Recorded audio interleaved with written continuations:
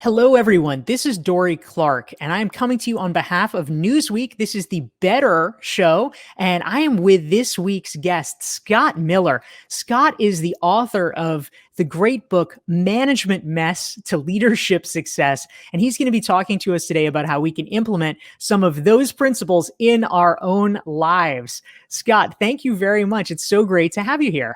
Dorie, such an honor. Thank you. I'm a huge fan. You have been a guest on Franklin Covey's podcast. It's how I discovered you and your books. I'm a loyal follower of all of your posts. What an honor to be with you today. Thank you. Thank you. So great to talk with you.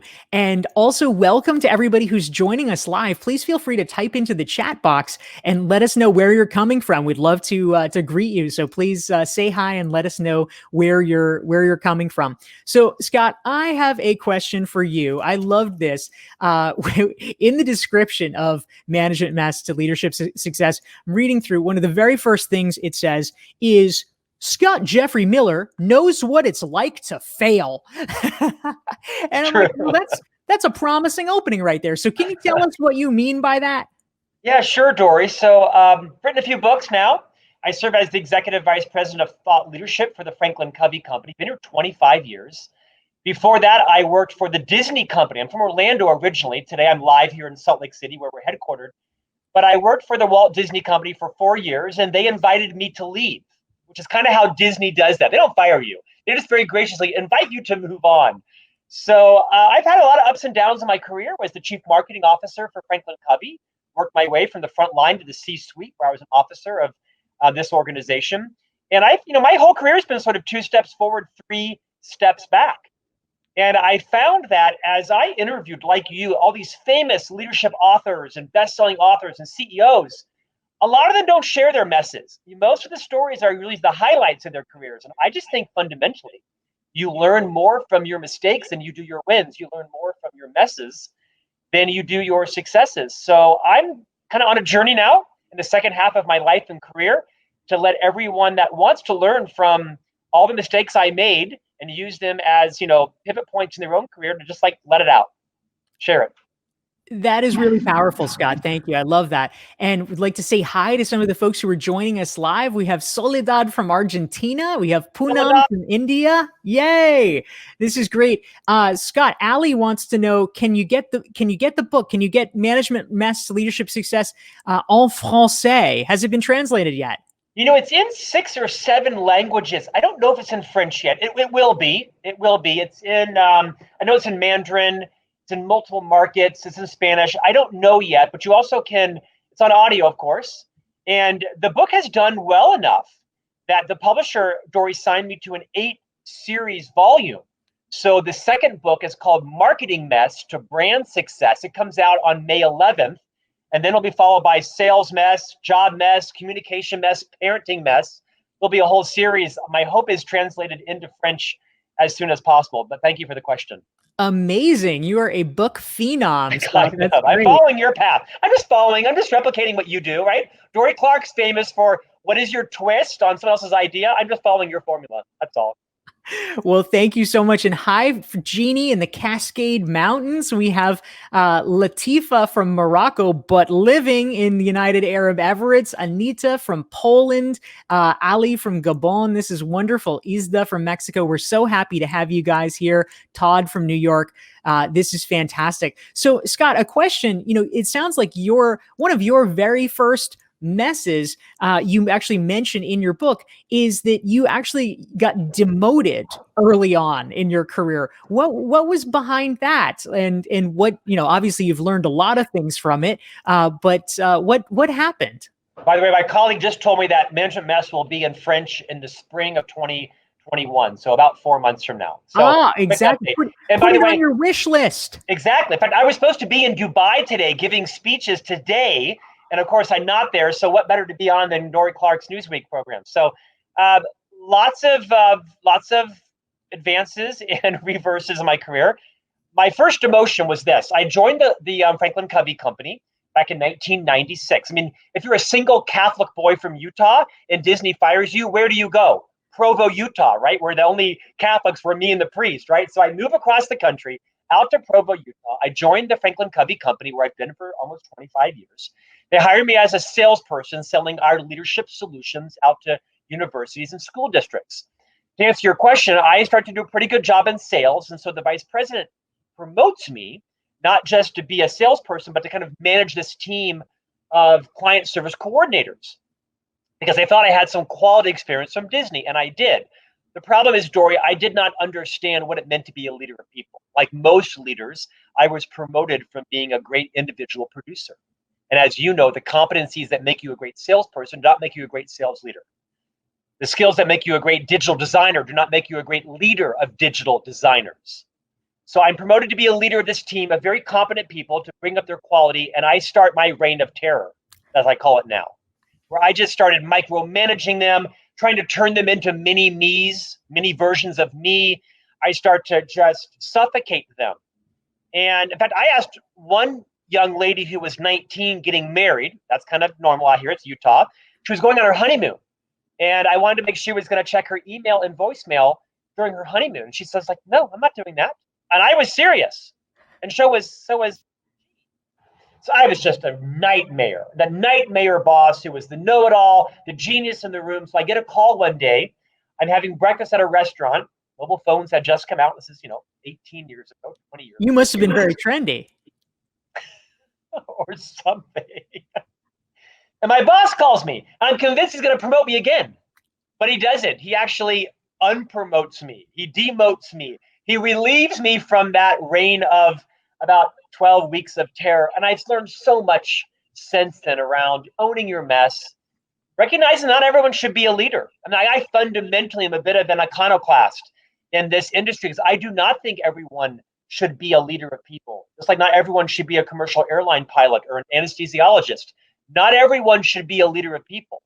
And if you are, you need to be really aware of what your messes are and what it takes to be a leader of people. I've learned a lot in the quarter decade. That's super interesting, Scott. Thank you very much. And just a quick shout out to some of the new folks who have joined us. If you're just tuning in, please feel free to type into the chat box. Let us know where you're coming from. We have Japar from Zurich. We have Annette from California, Christina from Prague, Debbie in Portland. We're so happy to have you guys. I need a friend in Zurich. Japar, send me a connection on LinkedIn. I need a friend in Zurich. I got no one in Zurich.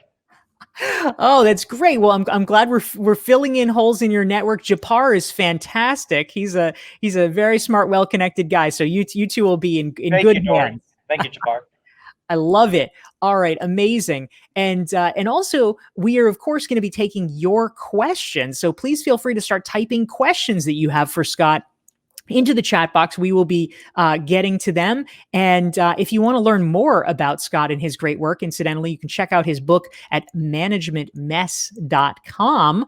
And if you want to make sure that you never miss an installment every single Thursday of the Better Show for Newsweek, make sure that you follow me on LinkedIn. You just go to dorieclark.com/LI. That's the easy way to do it. Or you can open a new window and you will be notified about upcoming LinkedIn Live interviews that I'm doing for Newsweek.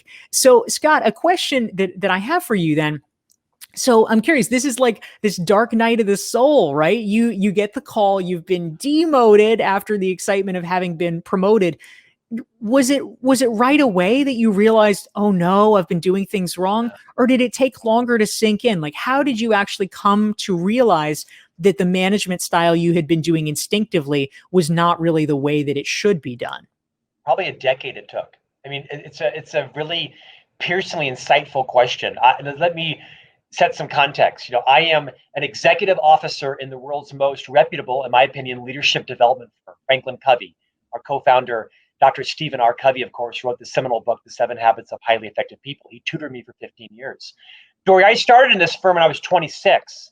And I dare say it probably wasn't until my mid-30s, late 30s, that I really understood the role of a leader. I'm a slow learn. And I was single. I was not married until I was 40. So I didn't really have a governor in my life to say, you can't wear that, you can't say that, you can't do that. I was kind of like a freelancer. And so like a lot of people, I was honest and ethical and hardworking and well-intended, but my technique was horrific. It was probably my mid-30s. And so I started to realize, leadership is about getting work done with and through other people. Leadership is about building relationships. Leadership's about building capability and capacity in others. Leadership's about turning the metaphorical light off of you and onto others. It took me probably the better part of a decade to understand my job is to build other people up, not for me to win every award, not for me to have all the credit. It took some time.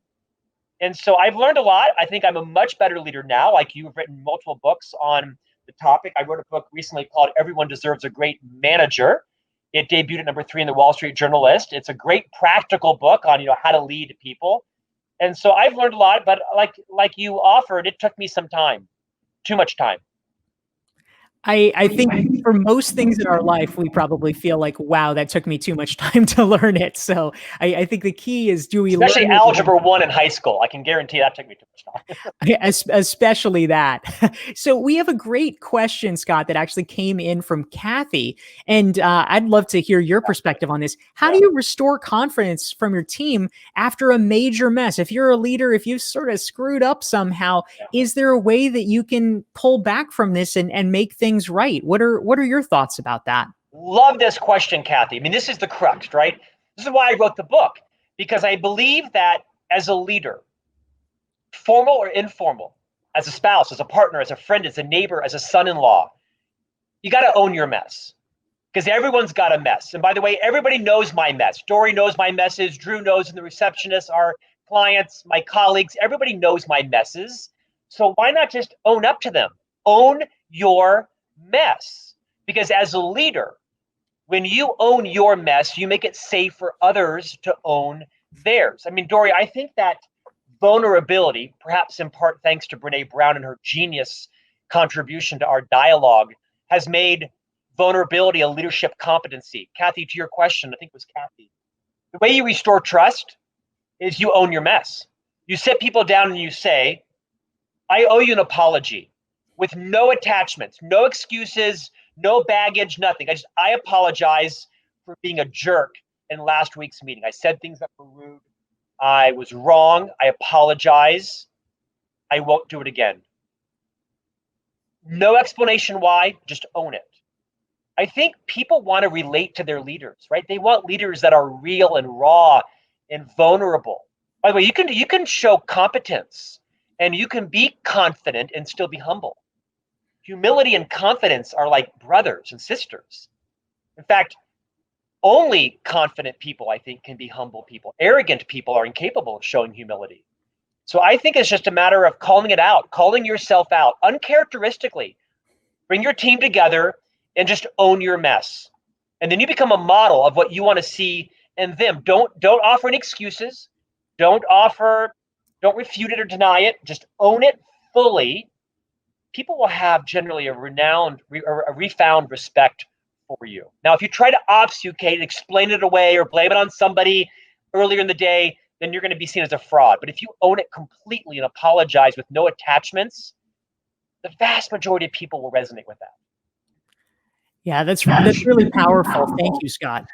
So we have a question from Annette who came in here, and I think this is a great one. She says, I agree with Scott's point and wish to learn faster. So how can you learn faster these days in growing your leadership skills? It's so important, but what does that actually look like? How do you learn to be a better leader? What's your take on that, Scott? Yeah, I think it depends on who you are, what your journey is, right? I mean, there's never been a more broad depth of wealth of leadership resources, right? Books and podcasts and webcast and articles and such. I mean, so there's no shortage of information out there. I think it's like, how do you learn best? For some people, it might be identifying a board of directors of people that are, really wise sages in your life, where you can make it safe for them to give you feedback on your blind spots. That's one way. Another way is to pick one or two people in your life, like a Dorie Clark, right? Where Dorie could give you coaching on insights that are tripping you up or such. I think there's a great leadership philosophy that I have followed, and that is I always friend up. Now, I have a lot of friends that are friending up to me, and some people think this is maniacal, but I like to friend up with people who are wiser and smarter and better educated and older than me. and that really have gone through the trenches where I can learn from them. And by the way, they can learn from me, right? I'm keynoting their company's conference now, or I'm hosting them on my podcast. So it's very reciprocal. But I think the biggest way to learn is to learn from others. And like I said, I usually learn from the messes, the mistakes of others, not from their successes. I learned a lot from Bob Iger's book. It's back here somewhere, right? Bob Iger is, an iconic CEO. But quite frankly, I learned more from Dorie Clark. When Dorie shares on her LinkedIn or Facebook, like she did yesterday, the incalculable impact of missing commitments and letting people down. Now, she didn't share why she was saying that, but I'm guessing something in Dorie's life is weighing on her, and she owes some deadlines or some projects, and she's behind the gun on them. I always cleave to those who are vulnerable. So to your question, I think you got to figure out, what is the way you learn the best? What are the lessons you're trying to learn? And perhaps, sit down with someone who you trust and just have them give you feedback on your leadership style. There's another short way, Dorie. I think it's important to ask people in your life, what's it like to be married to me? What's it like to date me? What's it like to lead me? What's it like to report to me? Go to those people in your life and just ask them, what's it like to work on a project with me? You'll learn a lot. You'll build your self-awareness tremendously.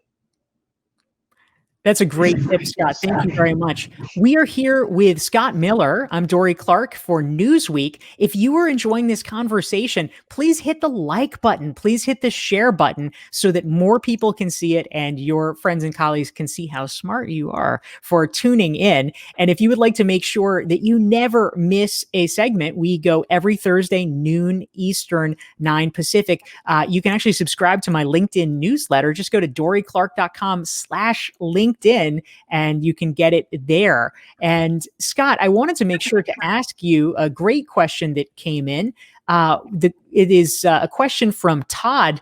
This is touche for both of us here. Todd, great question. He says, there are millions of management and leadership books and training programs. So why are there still so many horrible bosses? Yeah, I'm very clear on that. I mean, Todd, it's a great insight, because common knowledge isn't common practice. Because to know but not to do is, in fact, not to know. Those are both quotes from our founder, Stephen R. Covey. I mean, I think it starts with your mindset, right? I mean, you can make short-term behavior changes, but you won't get long-term results. You have to work on your belief systems, your mindset, your paradigms, the lens through which you see yourself, you see your company, you see your world. Behavior change is hard. Ask my wife. She tries to change mine all the time, and mine hers. Common knowledge isn't common practice. I also think people try to boil the ocean. I think if you are building your self-awareness, pick one or two areas that are messes in your life and work on those. I don't think we can work on 15 things. I mean, my wife would tell you she's got 10 things she'd love to change about me. My boss, probably the same thing. Incrementally, pick some small things, right? The words you're going to use today with others. How you're going to lift others up and not tear them down. How you're going to stop interrupting people. How you're going to mix the ratio of how much you speak with how much you listen. How you're going to move from being effective to being efficient, or from being efficient back to effective. Those are different things. You are efficient with things. You are effective with people. I would say the reason there's so many bad bosses out there is because not everyone should be a leader. A lot of people are promoted for the wrong reasons. I could talk for that on a whole different webcast. But I think too many people pick leadership roles for the wrong reasons. They want the title, they want the power, they want the compensation.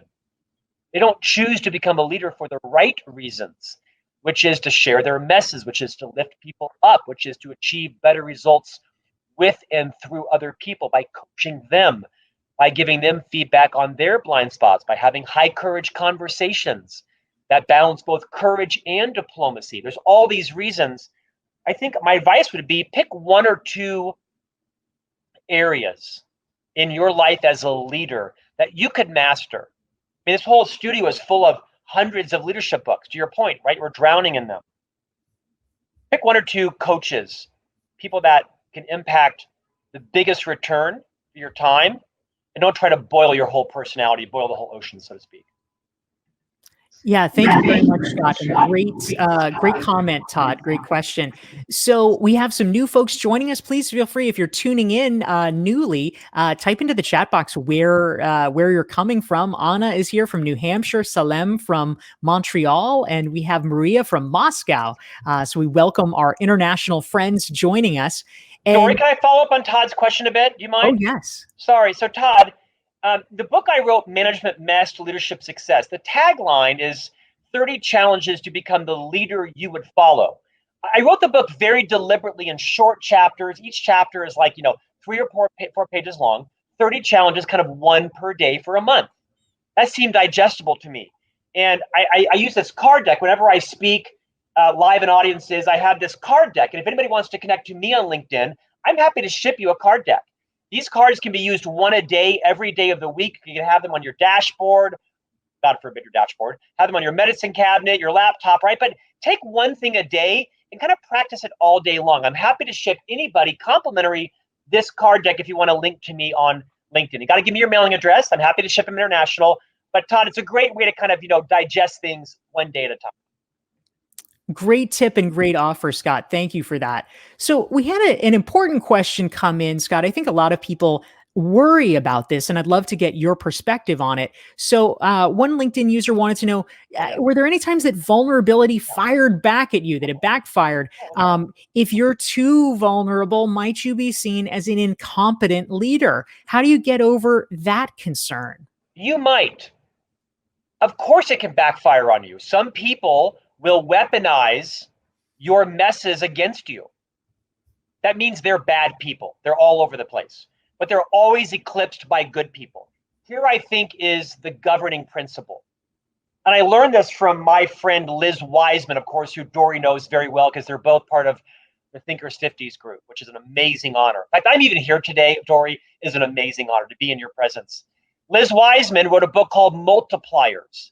I highly recommend you buy her book. I think it's the best leadership book written in the last decade, Multipliers. And the premise of Liz's book is that as a multiplier of people, your job is not to be the smartest person in the room. Your job is not to be the genius, but rather the genius maker of others. And to the person who asked the question, I think it was Laura, I'm not sure the name. As a leader, I came to believe that my job was not to be the smartest person in the room. My job was to be a talent magnet.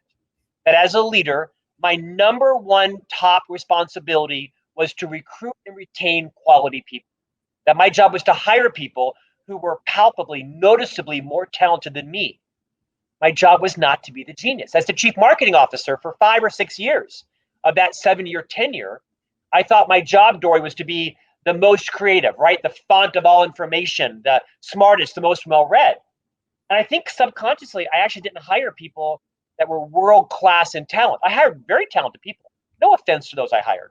But I was eclipsed, was fearful by hiring people who might overshadow me. So the answer to your question is you will always have some people who will weaponize your vulnerabilities against you. But I think generally speaking, if you hang a lantern on your troubles, if you shine a light on them, no one else can. I'm a stutterer. I am a diagnosed stutterer, either about 26 words I cannot say in public. I've had decades of speech pathology and speech therapy and braces twice and headgear and wear a retainer. In the cold, outside, in the winter, it goes like 126 words. Strategic becomes, I'm a stutterer. I talk about it openly. Quite frankly, I'm a better tactical executor than I am a strategic planner. I admit it. There's a huge world for tactical executors, right? The world's full of big visionary thinkers who can't get stuff done. Oh, I can get stuff done. So I don't let people weaponize my vulnerabilities against them because I'm proud of who I am. And by the way, when I admit that I'm a stutterer, I give license and power to those people who have speaking issues or fear of public speaking or stutters, right? So you're always going to have that. You know what? To quote my dear friend who I've never met, Taylor Swift, haters going to hate. Move on. Move on. Amen to that, Scott. That's great. So, Dorie, do you know Taylor Swift? I'd love to be your friend. Taylor Swift actually lives not that far from me. I mean, I've seen that. she's probably on an island right now, but during normal With Kim circumstances, Kardashian, I hear. I hear Kim Kardashian's on an island somewhere too. She's in some trouble. yeah, exactly. So if you're watching Taylor, come hang out with me. I'm in FiDi. We can The we Dorie can Clark chillax. Show. Yes. So this is fantastic, and you raise a really important point about the nature of disclosure, right? I used to work in politics, Scott, and one of the sort of guiding principles was always that if you have some kind of a vulnerability, however that's construed, you need to control the terms of disclosure. If your opponent does, it is always going to look Yeah, worse. It is yeah. always going to be used against you. Whereas, for instance, of course, Joe Biden, who is running for president in a handful of days, is also a stutterer and has talked about that openly. So Yeah. he's also using that as a source of strength and a way of inspiring other people. So that's There's a great. fine line, right, Dorie? I mean, it doesn't mean as a leader that you confess all your sins, right? And that you make this all about you and your problems. No, of course not, right? I mean, I think there's judicial deliberation that you choose what you share, what you don't. Not everyone needs to know everything about you or every time you're in trouble with human resources. No, I think there are teaching moments. But I also think there is this wisdom, like you say, of what I call is hanging a lantern on your own troubles. Right? I'm very comfortable talking about my strengths and my weaknesses because that's what's made me, I think, an influential leader, is not trying to be the genius in the room anymore, not trying to be a know-it-all, recognizing my strengths and complimenting the people that noticeably know my strengths, but they also know my weaknesses and they know their role in complementing those. It's not done overnight. That takes some time and deliberation and surrounding yourself with trustworthy people. Dorie, you've gone. I can't hear you. Unfortunately, there you go. Oh, there we go. Thank you. Sorry about that.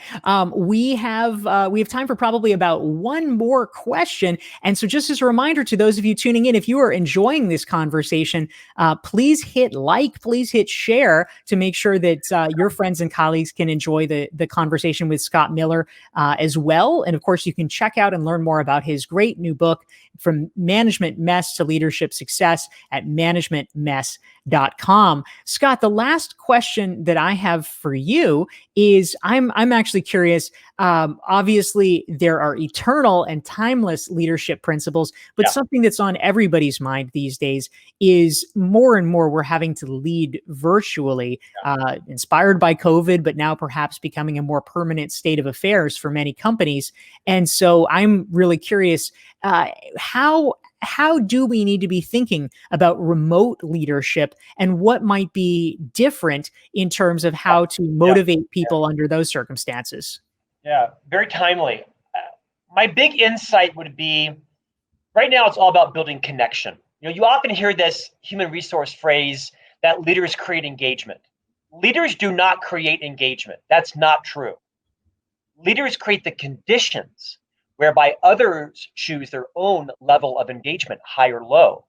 So as a leader, I would be asking yourself, are you checking on or are you checking in? And that may seem subtle, but I think it's profound. If your mindset is that I'm checking in with someone, people feel that. They know that. If you're checking on them, people know that and feel that. As a leader, your job is to build a culture where people choose to be engaged high. They can share with you as your leader their fears, their passions, their concerns, that their children are running around in their underwear behind the Zoom camera and they're panicked about it because their apartment is small and there's nowhere to go. As a leader, you set that culture. Perhaps you share that you're burnt out. Perhaps you share that you need to set some boundaries, right? The leader sets the tone in the culture. Let me tell you, people are not an organization's most valuable asset. That is also not true. It is the relationships between your people that are your company's most valuable asset. And I'm telling you, when the vaccine comes, whether it's next month or next year, and people are no longer hostage inside your organization, it is the people who will choose to stay or choose to leave based on how their leader has either checked in or checked on, whether they've built a connection, whether they've been vulnerable, sharing their own, concerns about their own contribution or their burnout or their, career. Because everybody's going to be poached. Right now, everybody's being held hostage. But when the economy turns back around and unemployment drops and people start getting recruited again through LinkedIn and by the way, it's happening right now, people will not quit leaders who love them. If people feel loved appropriately by their leader during the pandemic, where you open up a comfortable dialogue where it's safe to be yourself on both sides and share your concerns and your passions, you won't be replacing their position come spring or summer. So important. Thank you very much for that, Scott. That's great. And we have been with Scott Miller. Scott Miller is the author of Management Mess to Leadership Success. And this is Dorie Clark for Newsweek. If you want to make sure that you never miss a better live stream with Newsweek every Thursday at noon Eastern, go to DorieClark.com. You can sign up for my regular updates and be tuned in there. Scott Miller, we're so happy to have you here. Thank you for spending the time with us. Dorie, such an honor. You are so abundant. I model my own contribution, honestly, after yours. You're constantly lifting other people up and spotlighting them. It's why I follow you. Thank you for the platform, and I will be sure to pass it on to others as well. Thank you so much, my man. And thank you all for tuning in and joining our live stream. We will see you next week. And our guest will be Brian Kramer talking about bringing the human back to business. Look forward to seeing you then.